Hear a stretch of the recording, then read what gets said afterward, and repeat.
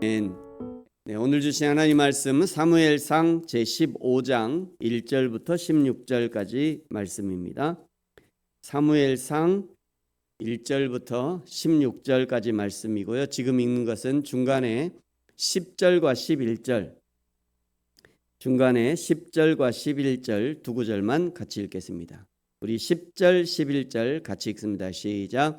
여호와의 말씀이 사무엘에게 임하니라. 이르시되 내가 사울을 왕으로 세운 것을 후회하노니 그가 돌이켜서 나를 따르지 아니하며 내 명령을 행하지 아니하였음이니라 하신지라.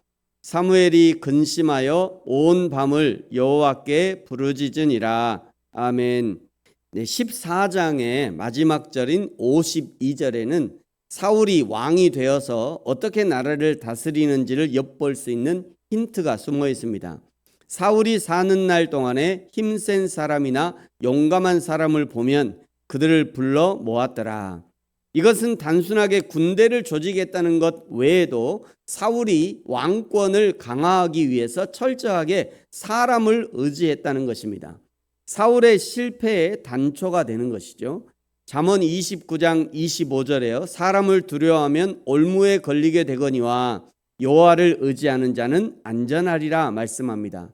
왜 사울이 힘센 사람, 용감한 사람을 자기 곁에 두려워하는가? 그만큼 사람이 두렵다는 간접 증거가 되는 것이죠.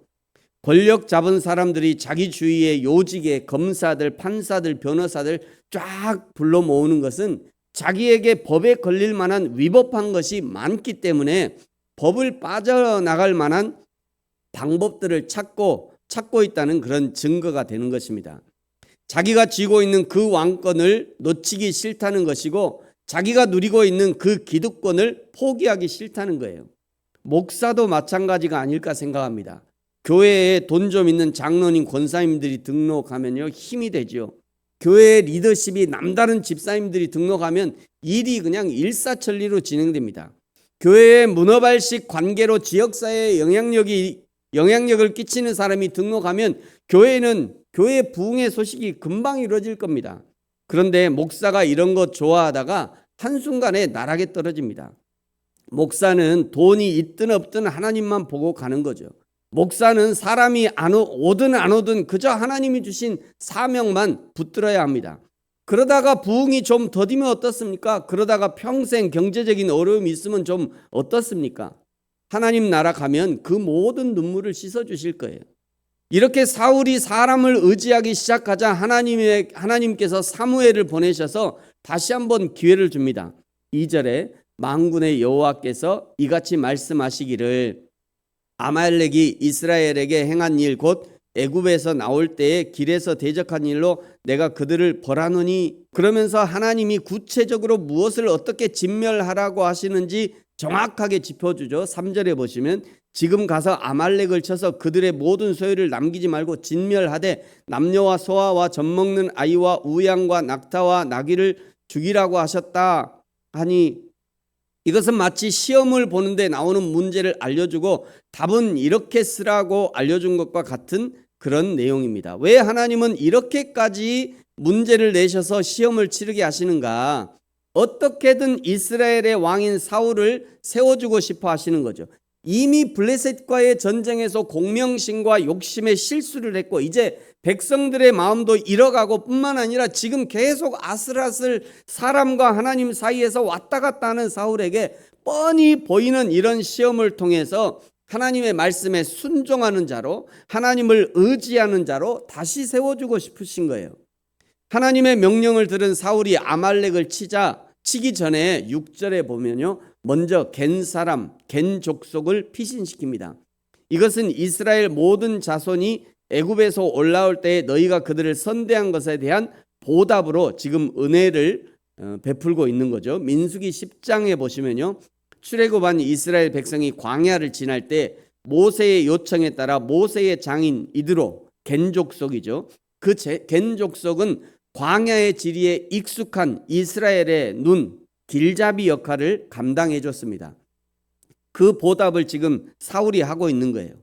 하나님은요 절대 공짜가 없어요. 선한 일에는 하나님의 선한 열매로 악한 일에는 악한 일로 반드시 보응을 받게 됩니다. 그러므로 사랑하는 성도 여러분, 하나님의 선한 일을 많이 하실 수 있기를 축복합니다. 뭐 선한 일이 뭐냐고 물어보면 곤란해요. 그때부터는 알아서 하셔야지. 어떻게 하면 누군가 사람을 유익하게, 교회를 유익하게, 하나님을 유익하게 할 수 있는 일이 세상 천지에 깔려 있습니다. 그거를 하셔야 돼요. 아말렉과의 전쟁은 매우 순조롭게 진행이 되죠. 8절에 보시면 아말렉 사람의 왕 아각을 잡고 칼날로 그의 모든 백성을 진멸합니다. 여기까지는 하나님이 시험 내주신 것을 아주 충실하게 이행한 것 같아요. 그러나 9절은 전혀 다른 답안지입니다. 9절에 사울과 백성이 아각과 그의 양과 소의 가장 좋은 것 또는 기름진 것과 어린 양과 모든 것을 남기고 진멸하기를 즐겨하고 가치 없고 하찮은 것은 진멸했다. 하나님이 알려주신 답은 모두 다 진멸하라는 것이었는데 사울과 백성은 자신들의 눈에 좋게 보이는 것은 남겨놓는 거예요. 사람이 하나님과 관계에서 실수하는 결정적인 이유들이 있어요. 첫 번째는요, 하나님의 말씀보다 자신의 이성을 앞세울 때 실수합니다. 내 생각에는 이것이 좋을 것 같고 내 생각에는 이게 맞을 것 같고 그러다가 꼭 실수해요. 두 번째, 거룩한 명분으로 탐욕을 포장하는 신앙적 위선과 자기 합리화에 빠지면 실수하게 됩니다. 세 번째는요, 영적 가치보다 눈앞의 소유와 물질을 탐내는 실천적인 탐욕이 치명적 실수의 원인이 됩니다. 네 번째, 하나님의 시선보다 사람의 시선을 더 두려워할 때 지도자와 성도는 반드시 하나님과의 관계에서 결정적인 영적 실수를 저지르게 됩니다. 하나님의 시험에 낙제점을 받은 사울에 대해서 하나님이 11절에요. 내가 사울을 왕으로 세운 것을 후회한다. 이 말은 하나님 자신이 사울을 세운 것에 대한 잘못을 인정하는 그런 말이 아니라 죄인의 거역에 대한 신적 슬픔을 의노한 거죠. 신적 슬픔을 의노한 거예요. 하나님이 슬프다. 내가 괴롭다. 하나님의 눈물. 이런 게 다 신적 어떤 슬픔을 의노하는 거죠.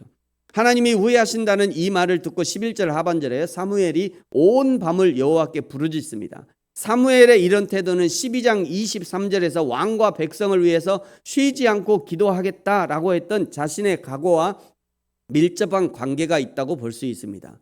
즉 자신의 각오처럼 그 밤에 사무엘은 하나님께 사울의 불순종의 죄를 용서해 달라고 밤새도록 기도했을 거예요.